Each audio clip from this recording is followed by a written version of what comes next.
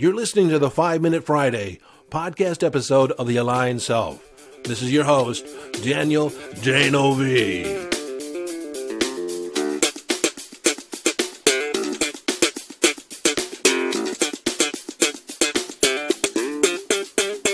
Okay, 5-Minute Friday, a short and concise podcast episode of The Aligned Self, designed to leave you with a question, an idea, a strategy, a tip, a hack, in order to give you greater access to your conscious awareness, evolving your conscious awareness, or give you greater mastery over your mind. Hello, friend, and welcome back to the conversation. Today, I want to talk about your personal broadcast. Every thought you have is sending an energetic beam out into the universe, and you are attracting like ideas, like energy, like things that align with the energy of the thoughts you're sending out. Well, how do I know that our thoughts actually broadcast out? To be truthful, I have some empirical data. The other night I had what I could call a weird dream. It was surreal, it was odd, it was violent. It was just not one of my typical dreams. And so in the morning, I was sitting, drinking coffee. My wife was with me, but I was deep in thought. I was replaying my dream and attempting to extract some kind of thread or meaning or some intuitive message that might be there. Well, I was probably thinking about it for a good 5 minutes. And our boy Skylar, who's 24 and autistic and psychic, comes up to me and asks, "What are you talking about?" My first thought was I wasn't saying anything. I was just sitting there thinking about this dream, and then it hit me. He's psychic. He was reading my thoughts. He was picking up my broadcast. And it reminded me that we are always broadcasting out. We are always sending out a vibe, sending out energy, communicating with others without necessarily saying a word. Now, with Skylar, there's been other times when I might be doing the dishes, thinking about something, or we're driving somewhere and I'm thinking of, have thoughts running through my head all the time. And he starts talking about the very thing that I'm thinking about.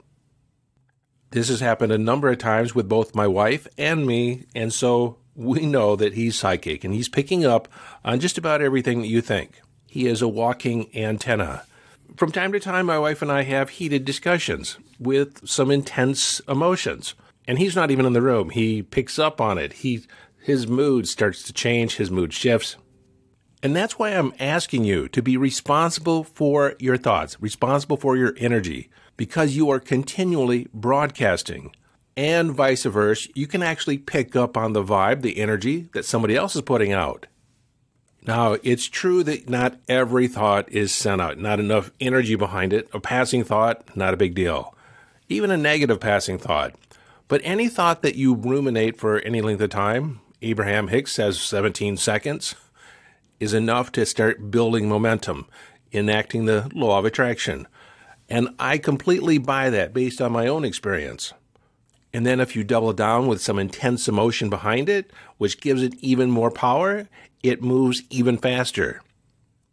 Now, on some level, this might sound like magic or mystical, and it is. It's in the realm of metaphysics, and definitely points to the idea that we live in a panpsychic universe. Put another way, and if you don't know what panpsychism is, it's essentially consciousness across the landscape. Everything is made up of consciousness. There is one consciousness. We are aspects of consciousness. We are like the drop in the ocean. Every physical thing, every living thing has consciousness. Now, some physical things have a lower vibrational rate of consciousness. They don't necessarily think grand thoughts, but they do absorb energy and they retain information, which is a level of consciousness. One mode of psychic ability is tuning in to the psychic impressions left on material objects. That's psychometry. Now, this also speaks to the power of talismans and amulets and charms. If you put them on and you consecrate them, or you create them as sacred, you imbue them with thought and energy and emotional intention, that's going to take on a life of its own. Spaces and places can take on an energy. You are always broadcasting energy. Now, my wife does geomancy. She can actually divine on, the floor plan of your house, and she can pick up where you've had intense arguments, heated discussions, And if there's been a lot of them, all this energy actually is imbued in the space. And without intervention, it's going to stay there and coalesce. And sometimes in more extreme cases, creates a poltergeist, which is an entity in and of itself that is kind of born out of that negative vibe, negative energy. Good news is you can create a positive spirit, a sprite as well. These are thought forms. Now, I'm starting to go down a road I didn't really intend to go down, but there is a lot to talk about in this realm of energetic imprint. But for the most part, this was going to be a short episode, and I really wanted you to be aware of your own psychic broadcast and the idea that you cannot not communicate. Now, this has been particularly interesting over the years because occasionally I've had clients that I guess are in the throes of infidelity. They are having an affair, and they're trying to keep it a secret from their spouse. And then they're surprised when I actually pick up on it, that it's going on, and they never said anything to me. And I tell them that, they're sending out a broadcast of, I can't be trusted. It's infidelity. And you may not be telling your spouse, but your spouse definitely picks up on the vibe. And if it's not your spouse, it's your significant other. You really just can't hide anything. You can try, but energetically, you're sending it. This is why you can't afford the luxury of a negative thought. It's important for you to be your word, to walk your talk, to not lie to yourself, to the best of your ability to do what you said you'd do in the way that you said you'd do it. Because how many times have you been in the presence of someone and said to somebody else, I don't know what it is, but I just don't trust them. Or I can't quite put my finger on it, but I don't like them. They're putting off a negative vibe. Well, you're picking up on their broadcast.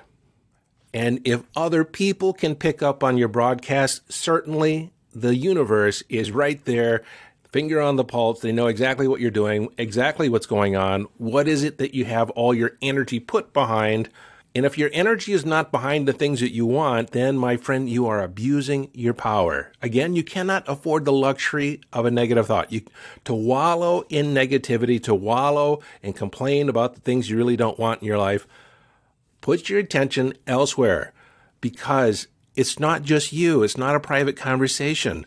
The universe has their ear right against the wall, and they're listening. They're picking up while you're laying down. Some other ways that you can use this is when you walk into a space, act as if you own it. Feel as if you own the space. This is my domain. Pause at the door. Take a look around.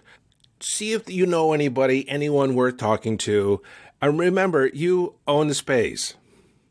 And act like it. Just walk confidently into the room, and you'll start to attract eyes. People will pick up on the energy. Even people with their back to you will turn around.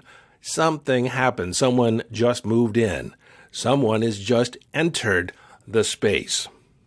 If you haven't yet experienced that, you need to start practicing in the privacy of your own home, in your room, in your apartment, wherever you are. Give it some practice. Actually embody confidence. Embody, like, this is my domain, as if you're a monarch or some celebrity. That's something that Norma Jean used to do. A friend of Norma Jean, they were walking down the street in New York City, and her friend turned to Norma and said, I can't believe you're walking in New York City and nobody has noticed you. And Norma said, that's because I'm Norma right now.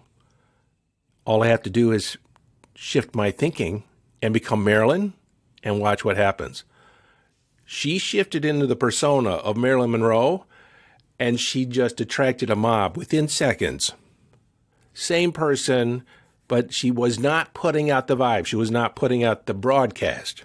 Neuroscientist Ann Bolte Taylor had a stroke, and she talked about it in a TED Talk called A Stroke of Insight.